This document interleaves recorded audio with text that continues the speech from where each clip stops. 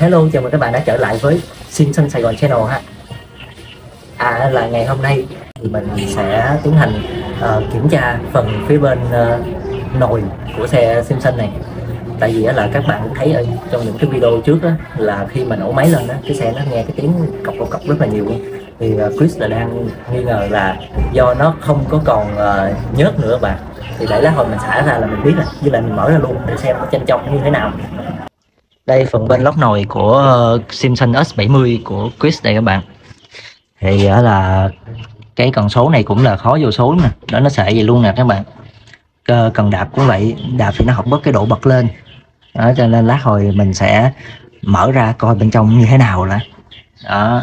Rồi mình với lại Chris cũng nghi ngờ là bên trong này chắc không có còn nhớt nữa, cho nên là nhiều khi cái tiếng mà mình nghe là cái tiếng mà nó xào lọc cọc là do các bánh răng không được bôi trơn ở trong á.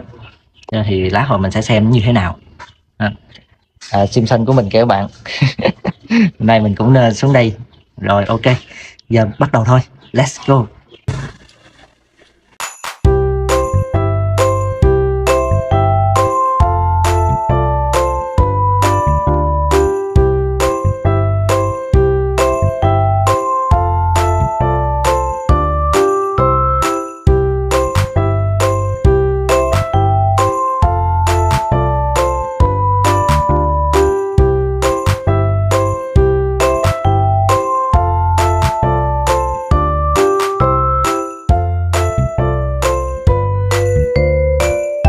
Ok, phía bên trong lốc nồi nha các bạn, để mình thử kiểm tra coi. Nó không có cái độ rơ nha, để là phải có cái độ rơ nhất định khi mà lắp nồi á. Thì mình cũng nhận ra một điều là cái người mà nhượng lại chiếc S70 này cho Chris á, họ đã sử dụng nhớt thải nha các bạn. Tại vì có cả rác nè, rồi cát này nọ trong cái nhớt luôn, chứng tỏ là họ đã tận dụng lại cái nhớt thải từ những chiếc xe khác. Cho nên là cái phần lốc nồi này rất là dơ luôn nha các bạn. Thì để mình mở ra hết rồi mình vệ sinh lại sạch sẽ. Lúc này thì mình tính mở cái bộ nồi trước, nhưng mà là do là phát hiện ra nó sử dụng con tán 19 ly, thì mình lại không có cái ống điếu 19 ở đây đó, mình chỉ có ống điếu 17 thôi. Mình tưởng nó giống chiếc S51 của mình, vậy không phải, cho nên thôi thì giờ là mình để lại gác lại đó. Mình sẽ mở bên cái khu vực là trục cần số với lại dò đặt trước.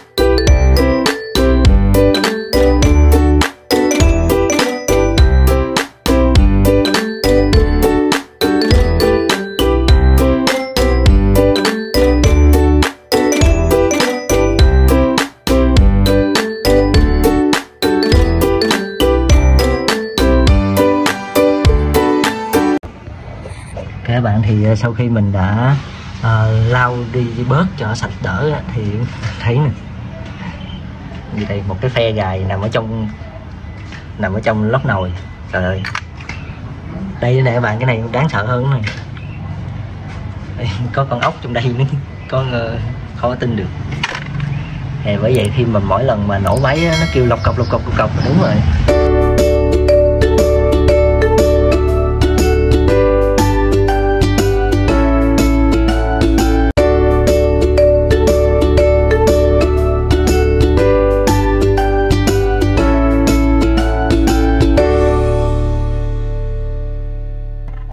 Ok bạn, thì mình cũng đã mở được cái bộ nồi của Chris ra rồi. Thì bạn thấy là nó rất là bén luôn nha. Mấy cái bánh răng nè đó, mấy cái cạnh rất là bén. Đây mình làm với một cái chảy máu luôn rồi. Bén lắm. Đây bộ nồi nè. Thì mình đang có sẵn một cái này thì chắc mình thay. Ở đây nữa mình sẽ thay có con vít ở giữa này, tại vì hiện tại là nó đã không có còn dặn tới dặn lui gì được nữa, thì sao mà canh được. Đây lòi cái cây ra luôn rồi nè, mình lấy cái ti ra để bạn thấy nè, cái ti cắt Amaya nè. Đó. Nói chung là cái người mà nhượng lại cái xe này cho Chris thì họ cũng đã chấp vá cái xe này cũng nhiều á. Ok rồi, còn phía mà bên cốt cần số giờ đạp thì bạn xem nè, đây cái cốt thì là nói chung cũng còn ok, chỉ có mình sẽ thay cái cọng xin ở đây đó, tránh nước rồi nhớt này nọ nó lòn ra, nó nãy lòn ra nguyên đống luôn. Rồi con heo số ok luôn.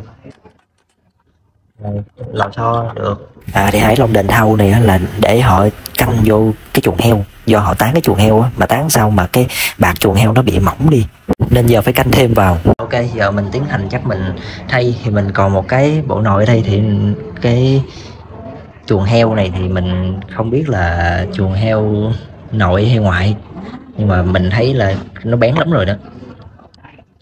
Này là bánh răng nhỏ nè đó.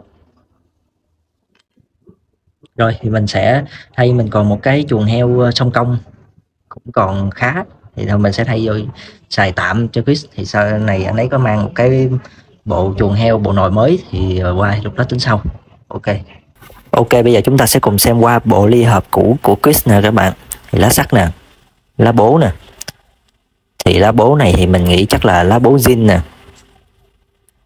Đây thì bây giờ mình quay như thế này để cho Chris xem, và nếu anh ấy yêu cầu thay thì mình sẽ thay, tại vì mình cũng còn rất là nhiều lá bố MZA mới ở nhà. Riêng mấy cái lá sắt này là phải thay rồi nè các bạn, tại vì mình thấy là không sử dụng được nữa đâu, nó cũng lâu quá rồi. Rồi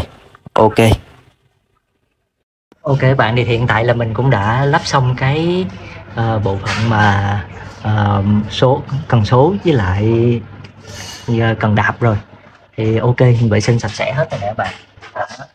Bây giờ tới lượt phần nồi, thì là nãy mình có nói là mình định là lắp cái bộ nồi cũ mình có sẵn nè, dù sao thì nó cũng đỡ bén hơn là cái bộ nồi hiện tại trên chiếc S70 của Chris. Nhưng mà mình quên mất là cái bộ nồi cũ này là nồi song công, nhưng mà nó là nồi của S51, tức là cái chuồng heo lớn này là 65 răng nè, rồi cái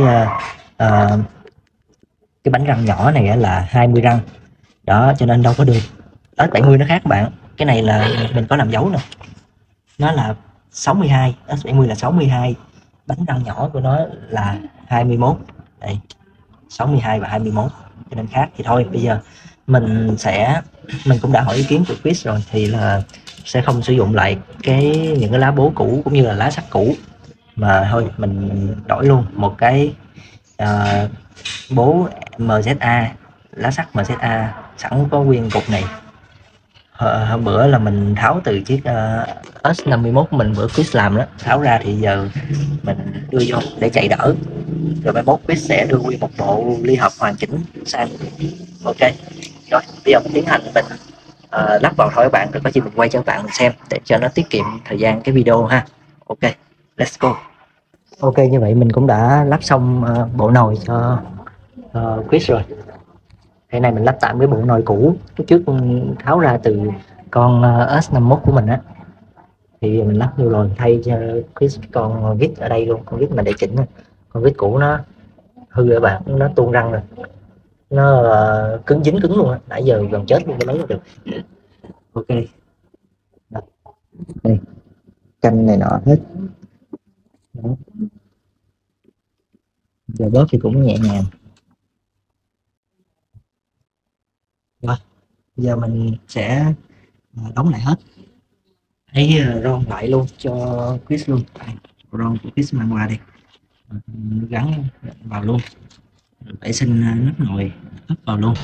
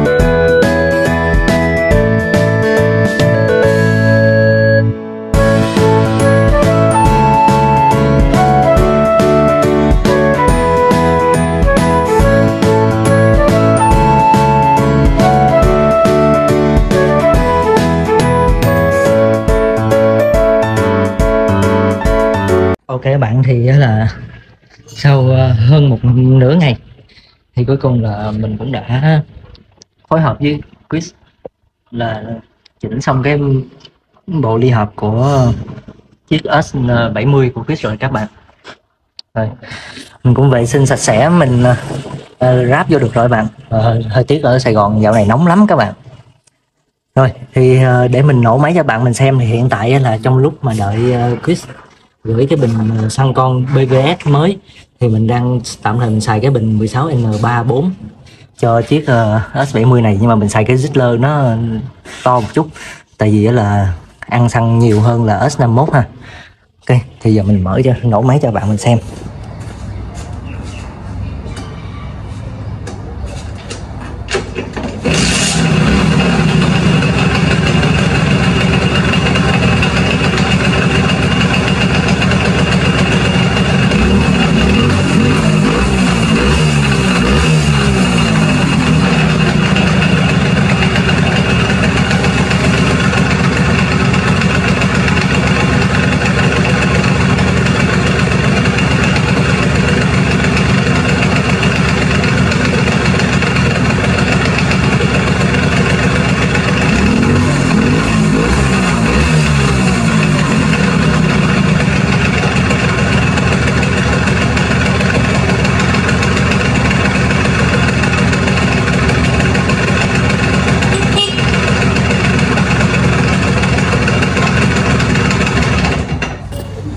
Ok các bạn, thì như vậy là mình cũng đã hoàn thành xong thay cái bộ ly hợp cho chiếc S70 của Chris, với sự giúp đỡ rất là nhiều từ Chris.